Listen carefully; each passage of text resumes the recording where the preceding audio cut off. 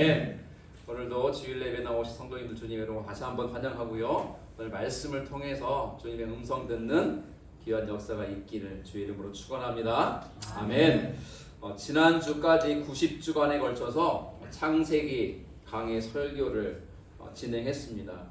90주간이니까 거의 2년 가까운 세월이죠. 중간중간에 선교사님들 혹시 가끔 오시면 주일 말씀을 전하셨기 때문에 그러한 기간들을 더하면 꼬박 2년 동안 창세기 강의 말씀과 함께 했습니다. 이제 오늘부터 신약 성경으로 넘어와 마가복음 강의 말씀을 나눌 텐데요. 창세기는 몇 장으로 되어져 있죠? 네, 벌써 까먹으셨습니까? 감사합니다. 창세기는 50장으로 되어져 있었죠. 50장. 자, 그러면 마가복음 몇 장으로 되어 있을까요? 마가복음 16장까지 있어요. 그러니 창세기는 50장까지 있으니까 90주에 걸간 말씀 나눴다면 마가복음 16장밖에 안 되니까 훨씬 짧겠죠. 네, 그래서 창세기 강의만큼 90주간까지는 아니겠지만 그 훨씬 짧은 기간의 말씀이 맞춰지겠지만 그래도 말씀의 내용을 깊이 들여다보면서 말씀의 은혜를 나눴으면 참 좋겠습니다. 제가 오늘 목회 컬럼에도 썼지만요, 여러분들이 하실 일이 있습니다. 이제 마가복음 강해를 말씀 나누는 동안 하실 일이 한 가지가 있어요. 용호 형제 뭘까요? 네. 마가복음을 읽어오시는 거예요. 혹시 오늘 마가복음 1장 읽어오신 분 계세요? 아침에 읽었어요? 수사님? 잘하셨습니다. 근데 집에서 읽었으면 더 100점인데 그 교회에서 와서 읽으셨으니까 50점은 드리겠습니다. 나머지 분들은 빵점입니다. 여러분 마가복음 한다고 제가 진작부터 광고했기 때문에 1장 정도는 읽어보셨으면 좋았겠죠. 숙제는 이겁니다. 오늘 1장 1절에서 8절까지니까 다음 주일은 9절에서 뒤에 이어지겠죠. 여러분 성경 보면 단락단락 나눠져 있어서 특별한 문제 없으면 그 단락별로 갈 거니까 한 장 전체를 읽으면 더 좋고요. 그게 또 여의치 못하면 한 단락이라도 미리 읽어오시면 말씀 이해와 더 깊은 깨달음 그리고 은혜를 받을 수 있을까 생각을 합니다. 그래서 이 마가복음 공부를 하고 말씀 배우는 동안 나누는 동안 미리 다음 주 본문을 읽어오시는 거예요. 어렵지 않죠? 네. 그래서 그렇게 참여하면 좋겠습니다. 여러분 마가복음 1장 1절은 어떻게 시작됩니까? 같이 읽죠? 하나님의 아들 예수 그리스도의 복음의 시작이라. 이게 마가복음 전체의 주제입니다. 마가는요 성격이 화끈하고요. 여기 대구 분들처럼 막 성격이 굉장히 다급하고 막 불같은가 봐요. 왜냐하면 여러분 이 마가복음과 함께 공관복음이라고 불려진 성경이 마태복음, 누가복음이 있어요. 그리고 사복음서다 하면은 거기에 요한복음을 더하죠. 그러니까 성경에 복음서라고 되어 있는 성경이 딱 4권 있어요. 마태복음, 마가복음, 누가복음, 요한복음. 그죠, 원사님? 이 4가지 복음을 가리켜서 사복음서라고 불러요. 말 그대로 4개의 복음서라는 뜻이에요. 근데 그 중에 요한복음을 빼고 마태복음, 마가복음, 누가복음 3가지를 가리켜서 공관복음이라고 해요. 공관복음. 왜 그렇게 부르냐면 공자는 같을 공, 그다음에 관은 볼관자. 같은 관점으로 바라보는 복음서라는 뜻이죠. 뭘 바라봐요? 예수님의 삶과 그의 가르침을 바라보는 그런 거죠. 자, 그런데 이 세 성경이 비슷한 말씀들을 다 가지고 있지만 달라도 너무 달라요. 자, 마태복음은 여러분 집에 가서 찾아보세요. 지금 찾아보면 시간 없으니까. 마태복음은 무엇으로 1장이 시작될까요? 족보로 시작돼요. 아브라함과 다윗과 예수 그리스도의 세계라 하면서, 그죠? 아브라함이 이삭을 낳고 이삭이 누구를 낳고 크게 족보가 대단한 족보가 1장에 등장해요. 이어서 뭐가 나올까요? 예수님의 탄생 이야기. 그리고 누가 방문해 와요? 동방 박사가 와서 예물을 드리면서 왕으로 오신 예수님을 경배합니다. 이 멋진 서두, 서론, 프롤로그라 하죠. 프롤로그로 시작되는 게 마태복음이에요. 그리고 나서 한참 뒤에 예수님이 딱 나타나세요. 이게 바로 이게 마태복음이에요. 자, 누가복음은 첫 시작이 뭘로 시작되는가? 마태복음과도 또 달라요. 제사장 사가랴와 그의 부인 엘리사벳의 이야기로 시작돼요. 그럼 이 사가랴라고 하는 제사장과 그의 부인 엘리사벳은 나이가 많은 노인이었어요. 늙은이였어요. 근데 이들에게는 자식이 없었어요. 엘리사벳은 이미 자식을 낳을 수 없는 만큼 나이가 늙었고요. 자식 없이 살았는데 하나님이 이 두 사람에게 자식을 주세요. 불가능한 일이 이루어졌어요. 그래서 엘리사벳이 임신하고 아이를 낳은 그 아이가 세례 요한이에요. 그런데 이 엘리사벳이 마리아하고 사촌지간인데 처녀인 마리아에게 천사 가브리엘이 찾아와서 무엇을 말해줘요? 너 임신했어. 에그머니나 처녀인데 남자를 한 번도 가까이 본 적이 없는 사람인데 어떻게 내가 임신하죠? 라고 물어요. 그래서 너의 사촌 엘리사벳도 늙었으나 임신한 지 6개월이 되었느니라 라고 말해요. 하나님은 불가능한 일이 없다 하면서 이 마리아라고 하는 소녀가 어린 소녀죠. 한 14살쯤 됐을 거로 추정해요. 14, 15세쯤 됐을 거라고. 더 어리게 보는 분들도 있던데 아무튼 그쪽 나이 먹어요.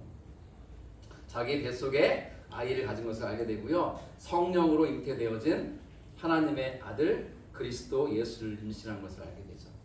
그렇게 해서 마리아가 천사를 만난 다음에 그 길로 누구를 만나러 가요? 사촌 엘리사벳을 만나러 가서 한동안 같이 지내요. 그리고 돌아오고 그 사이에 세례 요한을 낳고 또 마리아도 예수님을 낳고 예수님을 낳았을 때 누가 찾아왔을까요? 누가복음에서는 동방박사들이 오는 게 아니라 목자들이 찾아와서 경배하죠. 그리고 누가복음에도 2장으로 넘어가면 누가 나오면 예수님의 족보가 또 나와요. 따로. 보세요. 누가복음은 예수님이 등장하기 전에 많은 스토리들이 있어요. 마태복음도 마찬가지예요. 그런데 마가복음은 어떻게 시작돼요? 하나님의 아들 예수 그리스도의 복음의 시작이라 하면서 그냥 막 시작해버려요. 예수님의 족보도 없고 얘기가 예수님의 탄생 이야기도 없고 세례 요한이 태어난 얘기도 없고 동방박사가 온 얘기도 없고 목자가 와서 경배한 얘기도 없고 하나도 없어요. 곧바로 아주 곧바로 예수님 이야기로 쑥 들어가요. 그리고 사람이요 무슨 말을 할 때는 결론을 듣기까지는 귀담아 들어야 돼. 저 사람이 무슨 얘기를 하려고 하지? 근데 마가는요 시작부터 결론을 말해요. 이게 뭡니까? 내가 지금부터 복음서를 쓰고 여러분들에게 읽게 하기 위해서 내가 쓰고 있는데 이 복음서의 주제는 뭐다? 하나님의 아들 예수 그리스도 그 복음에 관한 얘기다. 와, 좀 마가는요 우리 대구분들 같아요. 막 성격이 확실해요. 숨김이 없어요. 그래서 참 특별해요. 되게 특별해요. 자, 여기 보면 매우 중요한 우리에게 주제를 잡게 되는데 복음이 무엇인가 하는 질문을 한번 던져봤으면 좋겠어요. 복음이 무엇인가? 이제 복음이라는 걸 많이 들어봤죠. 복음이 뭔가요? 복음. 복음은요 헬라어로 공부하면서 배워야 되니까 유앙겔리온. 같이 읽어보죠. 헬라어 시작. 유앙겔리온. 와, 여러분 헬라어 하나 지금 배우신 거예요. 그리스도. 옛날 고대 그리스도. 유앙겔리온이라는 단어가 복음이라는 뜻의 헬라어인데 그 뜻은 언제 쓰이냐면 왕이 태어나거나 세자가 왕 위에 즉위하거나 혹은 왕이 전쟁에서 승리하는 것과 같은 기쁜 소식을 말할 때 쓰는 단어가 유앙겔리온이라는 단어예요. 그렇죠? 근데 이 단어가 구약 성경에도 쓰여지는데 특히 이사야 선지자가 많이 썼거든요. 이사야는 언제 썼냐?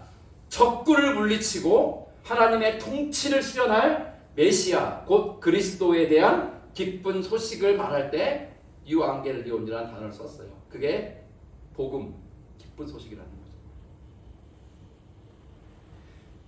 그러면 복음은 누구에 관한 이야기입니까?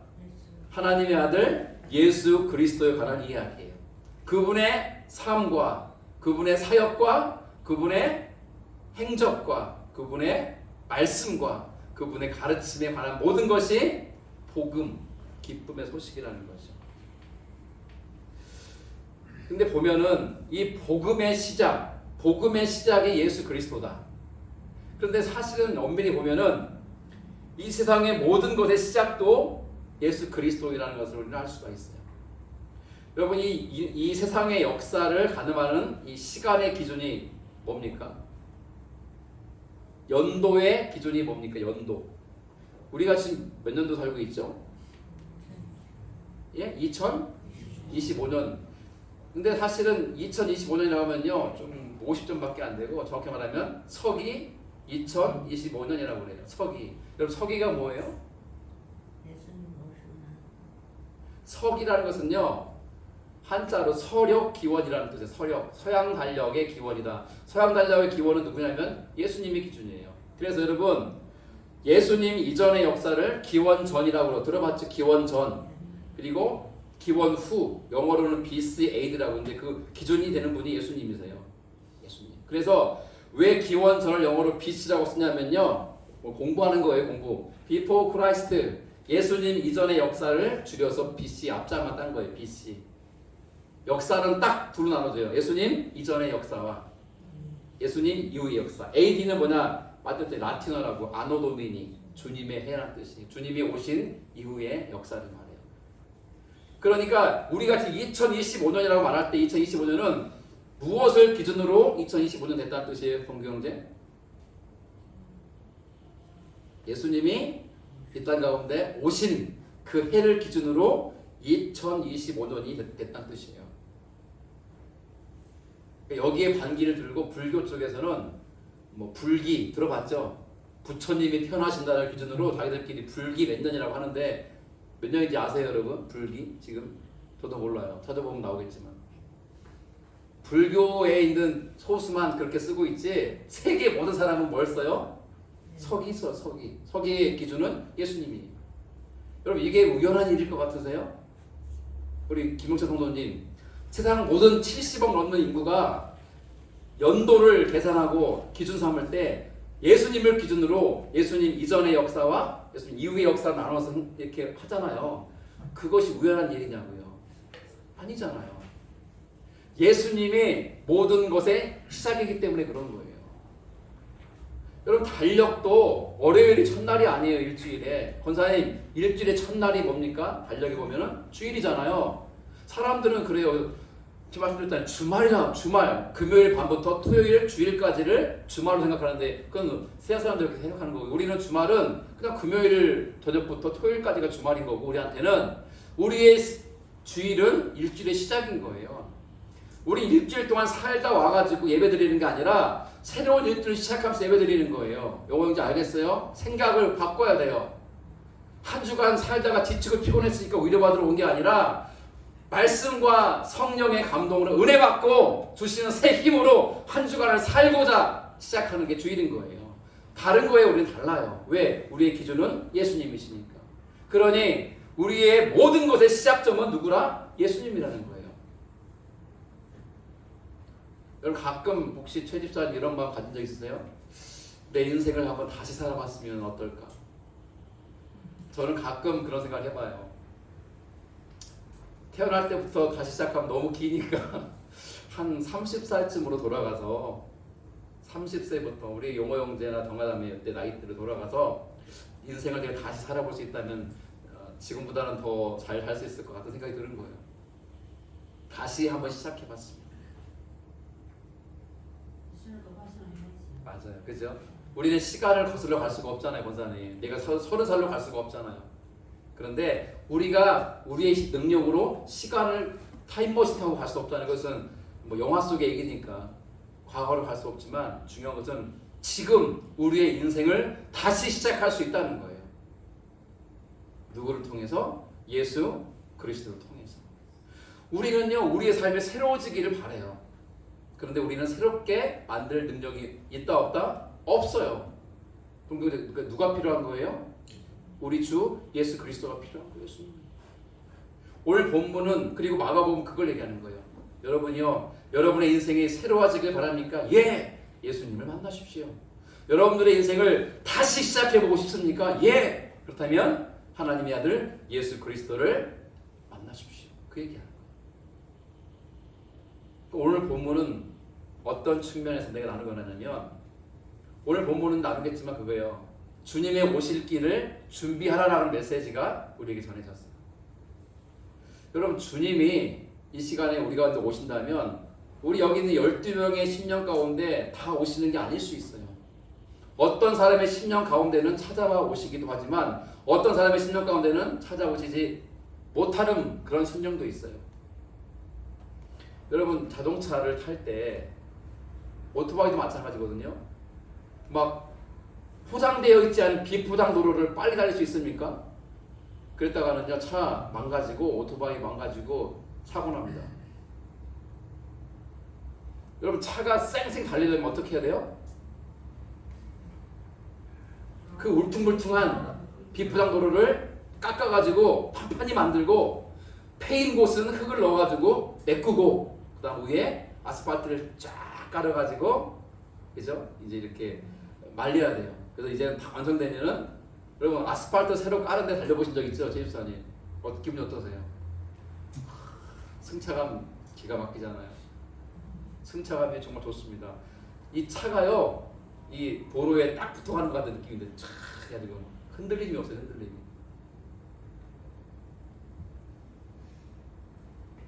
예수님이 내 마음 가운데 오셔야 돼요. 그래야 우리가 새로운 삶을 살 수 있고 다시 시작할 수 있어요. 내 문제 해결받을 수 있다고요. 그런데 아무 때나 오세요 하면 오시는 게 아니라니까요. 우리가 준비해야 돼요. 자동차가 달리기 위해서는 길을 깎고 폐기를 채우고 도로를 쫙 깔아가지고 포장을 해야 되는 것처럼 주님이 우리의 심령 가운데 삶 가운데 오시기 원한다면 우리가 준비할 게 있다는 거예요. 그 준비를 세례요한 입을 통해서 우리에게 촉구하는 거예요. 오늘 본문은 세 가지를 말합니다. 우리에게 잘 기억하고 실천했으면 좋겠어요. 첫 번째, 광야로 가라 라고 우리가 말합니다. 같이 해보죠. 광야로 가라. 어디로 가라? 광야로 가라. 광야로. 여러분 오늘 본문 말씀에 2절 3절을 같이 보면 이렇습니다. 선지자 이사야의 글에 보라 내가 내 사자를 내 앞에 보내노니 그가 내 길을 준비하리라. 광야에 외치는 자의 소리가 있으리되 너희는 주의 길을 준비하라. 그의 오실 길을 곧게 하라. 기록된 것과 같이. 자 여기 보면 선지자 이사야의 글에 이런 말씀이 있다고 되어 있는데 엄밀히 말하면 2절 말씀은 이사야 글이 아니라 말라기의 글이에요. 그리고 3절은 이사야 글이 맞습니다. 보시면 2절 말씀 아까 읽었죠? 보라 내가 내 사자를 내 앞에 보내노니 그가 내 길을 준비하리라. 말라기 3장 1절 같이 읽죠. 시작. 만군의 여호와가 이르노라 보라 내가 내 사자를 보내리니 그가 내 앞에서 길을 준비할 것이요. 아멘. 거기까지만. 말라기 말씀과 똑같잖아요. 보라 내가 내 사자를 하나님 하신 말씀이에요. 내 사자를 내가 보내는 하나님의 전령 하나님의 심부름꾼을 내 앞에 보낼 것이다. 그가 내 길을 준비할 것이다. 너가 누굽니까? 오실 그리스도. 그리스도가 오실 길을 하나님이 다른 사람 먼저 보내서 준비시킨다는 말씀을 하시는 거예요. 이 말라기 말씀이에요. 그리고 마가복음 본문 3절 말씀 너희는 주의 길을 준비하라 그의 오실 길을 곧게 하라. 이 말씀은 이사야서 43절 말씀이에요. 같이 읽어보죠. 외치는 자의 소리여 이르되 너희는 광야에서 여호와의 길을 예비하라. 사막에서 우리 하나님의 대로를 평탄하게 하라. 아멘. 자 여기에 보면 하나님의 음성이 어디에서 들렸다고 말해요? 광야에서. 이게 중요한 부분이라고 생각을 해요. 광야에서 하나님의 음성을 들었어요. 하나님의 말씀을 들었어요. 하나님의 뜻을 깨닫게 됐어요. 어디에서? 광야에서. 여러분 세례 요한도 말씀을 전하고 세례를 줄 때 어디서 했죠? 광야에서 했어요. 광야에서. 광야로 가서 살면서 거기에서 세례도 주고 설교도 하고 그랬어요. 공통적인 배경은 어디냐면 광야라는 곳이에요. 그러면 질문이죠. 하나님은 왜 화려하고 크고 발달된 도시와 같은 예루살렘에서가 아니라 저 광야에서 말씀을 하신 걸까요? 여러분 광야는 어떤 곳입니까? 예, 힘든 곳이에요. 외로운 곳이에요. 적막한 곳이에요. 쓸쓸한 곳이에요. 아무도 없는 곳이에요. 그래서 허무하고 허망하고 그 마음의 고독이 느껴지는 곳이 광야예요. 아이러니하지 않습니까? 우리가 살아가는 삶의 그 분주함 속에서는 하나님의 음성이 들리지 않다는 말하는 거예요. 여러분 우리의 삶이 어때요? 아침에 일어나면 뭐부터 하십니까? 보통 아침에 일어나면 당연히 뭐 화장실 가서 씻겠죠. 씻고 샤워하고 막 이렇게 아침 머리도 하고 준비하고 옷 입고 일하러 가기도 하고, 직장을 하지 않는 분들은 일어나서 아침 준비하고 밥 차려서 먹고 또 오전 할 일 하고 청소도 하고, 그렇지 않습니까? 청년들은 일 가는 날은 일 가잖아요. 아침 일찍부터. 일 갈 때는 뭐 샤워합니까? 그냥 대충 뭐 그냥 눈곱만 띄고 가잖아요. 모자 눌러 쓰고 가가지고 일하고 와가지고 근데 땀 흘렸으니까 샤워 깨끗이 하고 갈아입고 하잖아요. 그렇게 분주하게 살아가는 삶 속에서는 하나님의 음성을 들을 수 있다 없다? 없다는 걸 말하는 거예요. 한 성도가 큰 결단을 내리고 실험을 했어요. 자기의 시간을, 자기의 삶을 가지고. 어떤 실험했냐? 이 성도는요, 어느 날 깨달았어요. 내가 너무 휴대폰, 이 스마트폰에 중독이 돼 있구나. 왜냐하면 항상 이걸 들고 살았으니까. 나도 모르게 이것만 들고 있는 거. 화장실 갈 때도 가지고 가고, 밥 먹을 때도 보면서 먹고, 설거지 할 때도 이거 보면서, 길을 갈 때도 보면서 가고. 안 되겠다. 내가 오늘 하루만큼은 휴대폰을 끄고 휴대폰 없이 살아야 되겠다. 결단했어요. 오늘 하루. 그리고 진짜 휴대폰을 꾹 눌러서 끄고 책상 위에 놓고 하루를 이렇게 살기 시작했어요. 1시간이 지나는데 미치겠더래요. 왜 미쳐요? 네, 폰을 켜고 싶어서. 켜서 뭐 하고 싶어서? 문자 뭐가 왔나 보고, 카톡 뭐가 왔나 보고, 누가 전화했나 확인하고, 뉴스 확인하고, 유튜브 들어가서 재미난 그런 영상, 영화 같은 거 보고 싶고. 미치겠더라는 거예요. 1시간 동안. 1시간 찾는데 1시간이 막 1년같이 느껴질 만큼 막 미치겠더래요. 안 되겠다 해가지고 전화기 둔 채로 껐으니까 둔 채로 밖으로 나왔대요. 바람이나 쐬자 하고 걷기 시작한 거예요. 휴대폰 없이. 근데 길을 가는데 사람들이 다 뭘 가지고 가느냐 손에? 휴대폰, 스마트폰 다 이 사람만 빼고 혼자 걷는 거예요. 걷다 보니까 뭐가 보이기 시작하냐면 나무가 보이고 풀이 보이고 꽃이 보이고 날아가는 새가 보이고 하늘이 보이고 구름이 보이더래요. 그래서 누가 생각이 나요? 하나님이 생각이 나요. 하나님이 계신데 내가 왜 하나님 생각을 안고 살았지? 하면서요, 산책하고 돌아와서 이 성도가 성경책을 폈어요. 아주 오랜만에 성경책을 폈어요. 그리고 읽기 시작했어요. 근데 성경을 읽고 묵상하며 그리고 기도하다 보니 마음속에 내면에 주님의 음성이 들려오더랍니다. 여러분 어떠세요?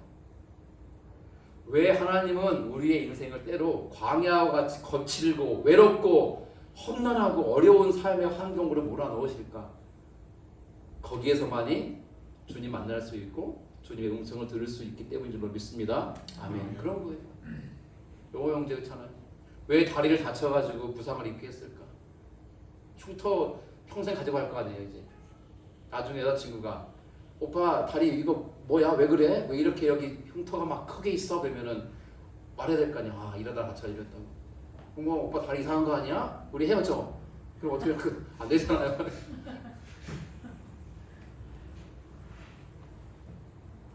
왜 나는 진짜 장가도 못 갔는데 총각인데 왜 다리가 이렇게 다쳤을까?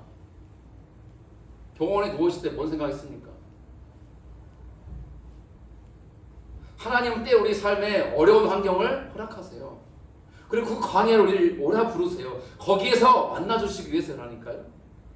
나의 가난함, 나의 못 배움, 나의 어려운 처지, 나의 어떤 힘든 상황, 외로운 상황이 그냥 재수가 없거나 잘못 태어나서 그런 게 아니라 주님이 나를 만나주시기 위해서, 나에게 주님의 음성을 들려주기 위해서, 내 마음 가운데 오시기 위해서, 내 삶 가운데 찾아오시기 위해서 우리를 그렇게 환경을 이끌어 가시는 거예요. 결단해야죠. 우리는 자신에게 솔직하고 하나님께 솔직해야 돼요. 우리는 하루의 삶 속에서 주님을 생각하는가 정말? 그걸 음성의 귀를 기울이는가? 주님을 묵상하고 있는가? 아니잖아요. 그냥 사는 거예요, 바쁘게. 된다는 거예요. 그래서 첫 번째 준비는 뭡니까? 광야로 가는 거예요. 그러니까 주님 만나는 자리, 주님 만나는 시간을 확보해야 된다는 거예요. 두 번째는 어떤 준비가 필요한가? 자, 따라합시다. 회개하라. 회개하라. 네. 오늘 본문 4절과 5절입니다. 같이 읽죠. 시작. 세례 요한이 광야에 이르러 죄 사함을 받게 하는 회개의 세례를 전파하니 온 유대 지방과 예루살렘 사람이 다 나아가 자기 죄를 자복하고 요단강에서 그에게 세례를 받더라. 아멘. 보세요. 세례요한도 광야에 갔잖아요. 그죠? 광야에서 주님의 일을 감당하는 거예요. 그가 전한 메시지는 그거예요. 여러분, 죄 사함을 받고자 한다면 여기 와서 회개의 세례를 받으십시오 라고 설교했습니다. 그러자 온 유대 지방과 예루살렘 사람들이 다 나와서 자기 죄를 자복하고 회개하고 요단강에서 세례요한으로부터 세례를 받았어요. 놀라운 일이 벌어진 거죠. 여러분, 회개가 뭡니까? 회개가 뭘까? 회개. 울며 불며 자기의 죄를 뉘우치는 것이 회개입니까? 우리가 아까 복음이 뭔가 하고 헬라어로 배웠잖아요. 혹시 기억나시는 분? 헬라어로. 이걸 기억하면은 뭐 신학교 가야죠. 근데 이유 안개할 이유라고 그랬는데 잊어먹어도 괜찮아요. 중요한 거 아니니까. 회개에 대한 헬라어도 하나 더 들어봅시다. 자, 메타노이아. 메타노이아. 같이 읽어보죠. 시작. 메타노이아. 참, 마가복음 시작하면서 공부를 많이 시키시네. 할 수 없어요. 언어를 좀 알아야 의미를 찾으니까. 회개라는 단어는요, 메타노이아라는 건데 두 가지가 합쳐진 합성어예요. 메타와 노이아. 메타는 넘어서다, 바꾸다라는 뜻이고, 노이아는 마음, 생각이라는 뜻이에요. 헬라어로. 이 두 개 합쳐진 건데 의미는 인간의 시각이나 어떤 걸 바라보는 시각이나 세상을 바라보는 방식 등 내면의 전반적인 변화를 의미하는 거예요. 이거를 우리가 좀 더 쉽게 바꾸면 이겁니다. 나의 삶의 방향을 바꾸는 것이 회개예요. 여러분, 나의 잘못과 나의 죄를 깨닫고 후회하는 것이 회개가 아니에요. 나의 잘못을 내가 인정하고 왜 그랬지? 하고 뉘우치는 것이 회개가 아니에요. 그 차원을 넘어서는 거예요. 메타, 넘어서다. 내 감정으로 내가 왜 그랬지? 내가 아까 예배 전에 왜 권목자님한테 그렇게 말했지? 내가 왜 예배 전에 조집사님한테 절대 그렇게 말했지? 예배 드리면서 내가 후회할 수 있잖아요, 마음속에. 여러분 안 그래요? 예배 드리기 전에 왜 마음에 그런 막 불편한 마음이 생깁니까? 마귀 역사 아니에요? 마귀 역사. 근데 그거 회개가 아니에요. 그냥 깨달음이고 뉘우침일 뿐이지. 회개는 뭔지 아십니까? 예배 끝나고 가서 미안하고 사과하는 거고요. 동성이니까 끌어안아 주는 거예요. 조집사 미안해. 목사님 죄송해요. 제가. 그게 회개예요.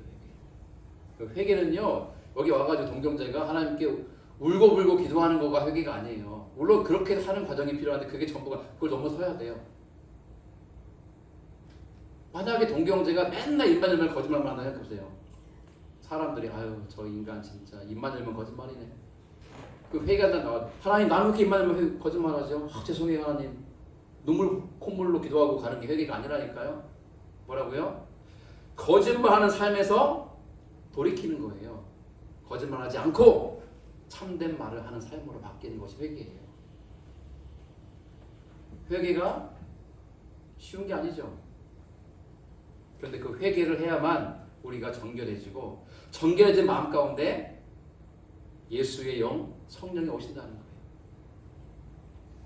여러분 집을 초대받아 들어가는데 우리 정화자매가 저한테 예를 들어서 목사님 저희 집에 와가지고 제가 된장찌개 드리고 오세요. 식사로 오세요. 집에 갔는데 문을 여니까 앞에 막 쓰레기가 가득하고 막 이불이 막 다 널져 분위기 빨래가 막 널져 분위기가 있고 하은이 기저귀가 막 널려져 있고 막 이런 판이라면 어떻게 해요? 정화자매 미안한데 다음에 올게 하고 전 갈 것 같아요. 돌아갈 것 같아요. 뭐가 안 된 거예요? 청소 준비가 안 된 거잖아요. 손님을 여러분 목장 모임 저희 집서 한 지가 벌써 2년 4개월째인데 저희 집에 올 때 집이 더러운 적 있었어요? 정화자매? 왜 깨끗할까요? 제가 아침부터 땀 흘리며 청소하니까 손님 맞이를 그렇게 하는 거예요. 물론 우리 가족이지만 가족도 마찬가지 아니에요. 권사님이 저희 천안에 있는 따님 김은실 집사의 집에 오랜만에 놀러 가는데 집에 갔더니 막 집이 막 난장판이에요. 그럼 마음이 어떠세요? 우리 권사님 착하시니까 아유 우리 딸이 얼마나 바빠서 이렇게 난장판이니까 내가 청소해줘야지 하겠죠. 어머니니까. 그런데 잔소리 하겠죠. 야 이렇게 집을 지저분하게 살면 어떡하냐. 정리 좀 해라. 정리 좀. 주님이 우리 마음속에 찾아오시기 위해서는요. 우리 마음이 이 더럽고 추하고 막 악한 것 쓰레기들 같은 이 죄의 문제를 해결받아야 될 거 아니에요. 그게 회개예요. 회개의 과정은 있어요. 죄를 깨닫고 인정하고 뉘우치고 후회하고 그런 과정은 필요해요. 근데 그 과정을 넘어서야 돼요. 어떻게 해야 돼요? 돌이켜야 돼요. 돌이켜야 돼요. 내 삶의 방향을 바꾸지 않으면 우리는 결코 삶이 변하지 않는다는 거죠. 한 청년이 퇴근하는 길에 전철역에 내려서 이제 집으로 가면 되는데 자기 집 근처에 전철역에 내렸어요. 퇴근하고 오다가 내려서 전철역 밖으로 나오다가 어떤 할머니의 발을 세게 밟았대요. 할머니가 아야 하면서 막 떨어졌어요. 다친 건 아니지만. 근데 사람들이 막 밀려 나오는 터라서 그 청년이 하다 그냥 가버린 거예요. 그냥. 집에 와서 자려고 하는데 그 청년 마음이 어떨까요? 무거운 거예요. 미안하고 막 불편하고 양심에 가책이 오고 내가 밟아가지고 할머니가 다친 건 아니라 넘어졌는데 내가 왜 그냥 왔지? 사람이 밀려가지고 그냥 왔잖아. 그래도 그러면 안 되는데 약간 마음속에 갈등이 생긴 거예요. 그래서 다음날 일 갔다 오는 퇴근하는 시간에 전철역에 내려가지고 집에 오기 전에 걸어오기 전에 전철역에서 기다린 거예요. 그 할머니 혹시 또 지나가실까 해서. 근데 그 다음날은 할머니 못 만났어요.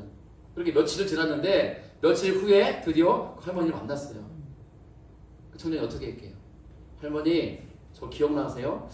누구시더라? 한 며칠 전에 제가 이 전철역에서 할머니 발을 밟아가지고 넘어지셨잖아요. 아이고 맞다고. 제가 그 청년이라고 죄송하다고. 제가 그때 할머니 보살펴드리고 사과했어야 되는데 제가 사람들이 막 밀려온다는 핑계로 그냥 왔는데 제가 너무 죄송해요 할머니. 할머니가 뭐라고 했길래 너 이놈 새끼 로 와. 그랬을까요? 아니네 젊은이 괜찮아. 그리고 이렇게 사과해줘서 고맙네. 그랬더니요 신기한 일이 벌어진 거예요. 그 청년 마음속에 밥 먹은 게 체한 것처럼 묵직했던 마음이 갑자기 쑥 내려가면서 평안과 기쁨이 밀려오더래요. 이러한 작은 일에도 이런 기쁨이 있는 것인데 우리의 안에 있는 더럽고 추악한 나의 지난날의 죄악의 문제를 주님 앞에 내어놓고 고백하고 회개하고 그리고 이제는 그런 삶에서 살지 않으리라 결단하고 주님께 돌이켰을 때 주님 주시는 평안과 기쁨과 자유함이 얼마나 클지 아세요? 그건요 회개를 한 번도 해보지 않은 사람은 몰라요. 회개는요 두려운 게 아니에요. 너 죄 다 적어내. 몇 날 며칠 동안 수백 장의 종이에다가 내 죄를 적어내는 게 아니에요. 물론 내 죄를 조목조목 고백해야 돼요. 그러나 그 고백과 함께 진실한 믿음의 고백이면 주님은 하나씩 지우시는 거예요. 하나님 이런 죄를 지었어요. 용서해 주세요. 다시는 그렇게 안 살게요. 지우고 그리고 돌아서는 거예요. 그런 삶에서 돌아서는 거예요. 그러면 그런 삶을 살지 않고 주님이 기뻐하시는 삶을 살도록 누가 도와주시냐? 예수의 영이신 성령이 도우시는 거예요. 이게 신앙생활인 줄로 믿습니다. 아멘. 그 준비가 돼야 주님이 오시는 거예요. 마지막 세 번째 어떤 준비가 필요한가? 같이 따라했죠? 주님을 높이라. 주님을 높이라. 주님을 높이라는 거예요. 자기 자신을 높이지 말고 주님을 높이자. 마가복음 본문 6절로 8절 마지막 절입니다. 같이 읽죠? 요한은 낙타 털 옷을 입고 허리에 가죽띠를 띠고 메뚜기와 석청을 먹더라. 그럼 요한은요 옷이 뭐였어요? 럭셔리하게 낙타 털 옷을 입었으니까 혹시 낙타 털 옷 입고 살고 싶은 분? 그 냄새나는 거 입고 살고 싶습니까? 아름답게 수놓고 화려하고 잘 짜여진 좋은 비단 옷을 입고 싶지 무슨 낙타 털 옷을 입고 싶어요. 냄새나는 거. 근데 요한은 왜 이런 옷을 입었을까요? 가족띠를 매가지고 살았을까요? 먹는 음식도 메뚜기 석청은 들꿀이거든요. 들꿀. 정하다음에 이거 먹겠어요? 메뚜기 먹어봤어요? 이거 먹겠냐고요. 어떤 분은 이야 메뚜기 웰빙이네. 들꿀 이야 좋네. 무슨 소리 하는 거야? 메뚜기하고 들고리나 먹고 있는데. 요한은 사명자예요. 사명의 길을 가는 사람의 삶은요, 다 내려놓고 살기 때문에 그런 거거든요. 요한은 넓고 화려한 길로 가지 않고 좁고 험한 광야의 길로 갔어요. 그의 삶이 이랬어요. 불평불만이 없었죠. 그런 요한이 오늘 본문 7, 8절 마지막 2절 이렇게 전파합니다. 자, 같이 읽죠. 시작. 그가 전파하여 이르되 나보다 능력 많으신 이가 내 뒤에 오시나니 나는 굽혀 그의 신발끈을 풀기도 감당하지 못하겠노라. 나는 너희에게 물로 세례를 베풀었거니와 그는 너희에게 성령으로 세례를 베푸시리라. 아멘. 세 가지를 말해요. 첫째, 7절. 나보다 능력 많으신 이가 내 뒤에 오신다. 누구를 가리키는 거예요? 예수님. 예수 그리스도가 오실 텐데 그분은 나보다 비교할 수 없이 큰 능력을 가지신 분이다. 두 번째, 빨간색이죠. 나는 무릎을 굽혀서 그분의 신발끈을 푸는 것도 할 수 없는 사람이다. 여러분 혹시 다른 사람 신발끈을 묶거나 풀어줘 본 적 있으세요? 예수님 당시에 누가 이런 걸 했을까요? 종. 주인이 외출을 나갈 때 신발을 신으려면 발 내밀는 거예요. 그럼 종이 무릎을 가져가지고 신발끈을 묶어요. 그 밖에 일 보고 와가지고 주인이 종한테 발을 내밀어요. 그러면 종이 뭐예요? 신발 묶은 끈을 풀어요. 그러면 주인이 발 빼도록 신발을 잡아드려요. 그 나중에 발 씻을 물을 갖다가 발을 씻겨드리는 게 누구예요? 종이에요. 종이 하는 일이 그거예요. 근데요, 요한은 자기는 그런 일도 할 수 없을 만큼의 죄인 중에 죄인이라고 말하는 거예요. 이보다 더 큰 겸손이 어디 있어요? 나는 앞으로 오실 예수님의 신발끈을 풀어드리는 것도 할 수 없는 자야. 이 당시 요한은요, 인기 최고 결정이었어요. 대한민국의 최고 인기 많은 목사님이 누굴까요? 돌아가신 조용기 목사님일까요? 지금 살아있는 분으로 말하면 누굴까요? 그분보다 훨씬 더 유명했던 분이 세례요한의 당시. 그랬잖아요. 세례요한의 설교에 다 무릎 꿇었고 그의 세례 앞에 눈물로 회개했어요. 온 유대 지방과 예루살렘 사람들이 다 모여서 세례요한의 설교를 듣고 참여하고 세례받았잖아요. 그래서 사람들은 오실 그리스도 구원자가 요한인 줄 알았어요. 그 정도로 요한은요, 인기 슈퍼스타 같은 사람이었어요. 근데 그는요, 나는 아니다. 내가 아니라 내 뒤에 오시는 분은 훨씬 능력이 많으신 분인데 그 예수 그리스도에 나는 신발끈을 풀어드릴 수도 없는 사람이다. 비교할 수 없다는 거예요. 오늘날 우리 교회는 그런 분이 없다고 저는 생각하는데 많은 교회들의 문제가 뭐냐면요, 자기를 내세우고 드러내는 데 있다고 생각해요. 자기를 내세우고 드러내는 거. 뭐 좀 해놓고 자기가 했다고. 제가 어느 교회 갔더니 그분 장로님 그러더라고요. 실제예요. 목사님, 이 교회 3층 건물인데 제가 2층은 제 돈으로 지었습니다. 어떤 분? 목사님, 여기 교회 엘리베이터 있잖아요. 이렇게 이거 제가 한 겁니다. 자랑. 목사님, 이 교회 뭐 있잖아요. 그거 저희 가정이 한 겁니다. 목사님 제 마음이 어땠을까요? 속으로.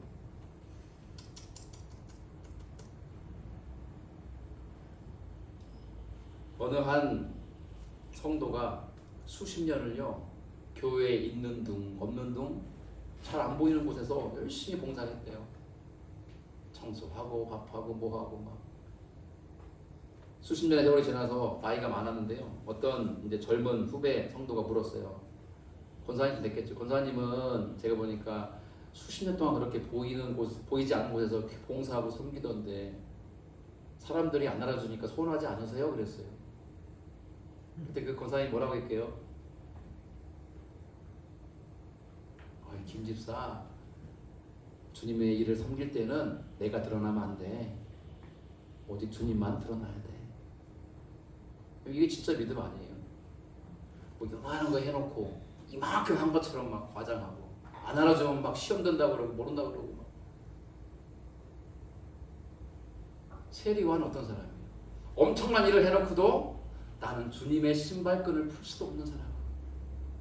나는 낮추고 누구를 높여요? 주님은 높이고. 나는 사라지고 주님이 드러나고. 모든 영광 주님께 돌리고 주님이 빛나게 하는 거예요. 근데 아이러니하게도 그렇게 하니까 결국 주님이 세리요한을 빛나게 하시잖아요. 여자가 낳은 자 중에 이보다 더 큰 자가 없느니라. 그러한 겸손의 마음 가운데 주님이 오신다는 거예요. 높아진 마음으로 살아가는 자의 마음속에 주님이 결코 오실 수가 없어요. 교만은 패망의 선봉이요 넘어지면 앞잡이라고 했잖아요. 넘어지는 거예요. 시험 드는 거예요. 무슨 그런 우만방자한. 지금 우리나라를 보면 알잖아요. 그분의 이름만 대면요 미국에서도 다 알아요. 극동방송 이사장 아시잖아요. 지금 구속이 되냐 안 되느냐고 막 말이 많잖아요. 빌리그레암 집회 때 통역한 분이에요. 그분이 누군지 모르시죠? 여러분들은 몰라도 괜찮아요. 얼마나 오만방자한 그 사람. 저는 그분을 직접 몇 번 본 사람이에요. 근데 별로 존경스럽지 않아요. 선배 목사죠. 저 같은 사람은요 그 사람의 기억 속에 없는 존재인 거예요. 하나님이 기뻐하시겠어요? 그런 교만한 사람은. 이제 말씀을 정리합니다. 정말 우리가 새로운 삶을 살기 원하고요. 그래 내 인생 다시 한번 시작해보자 라고 결단하고 그렇게 살기 원한다면 우리는 반드시 주님 만나야 돼요. 왜? 우리 주님은 하나님의 아들이시오 그리스도 구원자이기 때문에 그래요. 우리 인생을 수렁에서 건질 분이 예수님이기 때문에 그렇고 우리를 새롭게 하시고 우리를 하나님의 나라로 인도하실 분이기 때문에 그렇죠. 그런데 예수님은 내가 오세요 하면 오시는 분이 아니에요. 종입니까? 우리가 종이지. 어떻게 준비가 필요합니까? 우리가 주의 음성을 들어야 돼요. 어디에서? 광야에서. 나의 힘들고 어려운 상황 속에서 분주함을 내려놓고 주님께 귀를 기울여야죠. 정화자님 알겠습니까? 잘하고 있어요. 더 열심히 하셔야 돼요. 말씀을 잘 읽고 묵상하고 기도해야 돼요. 그리고 나를 향한 주님의 음성이 무엇일까를 경청해야 돼요. 들을 때가 옵니다. 두 번째, 회개해야 돼요. 내 안에 있는 죄를 주 앞에 진실하게 고백하고 그리고 그 죄에서 돌이켜야 돼요. 돌이키기 시작하면 성령이 도와주셔서 하나님 기뻐하시는 삶을 살게 하신다니까요. 마지막은 뭡니까? 주님만 높이는 겸손한 마음 가운데 주님 오신다는 걸 기억하세요. 나는 사라지고 주님만 드러나시오. 저는 우리 드림교회 성도들이 그런 성도들 되기를 축원합니다. 아멘. 그러한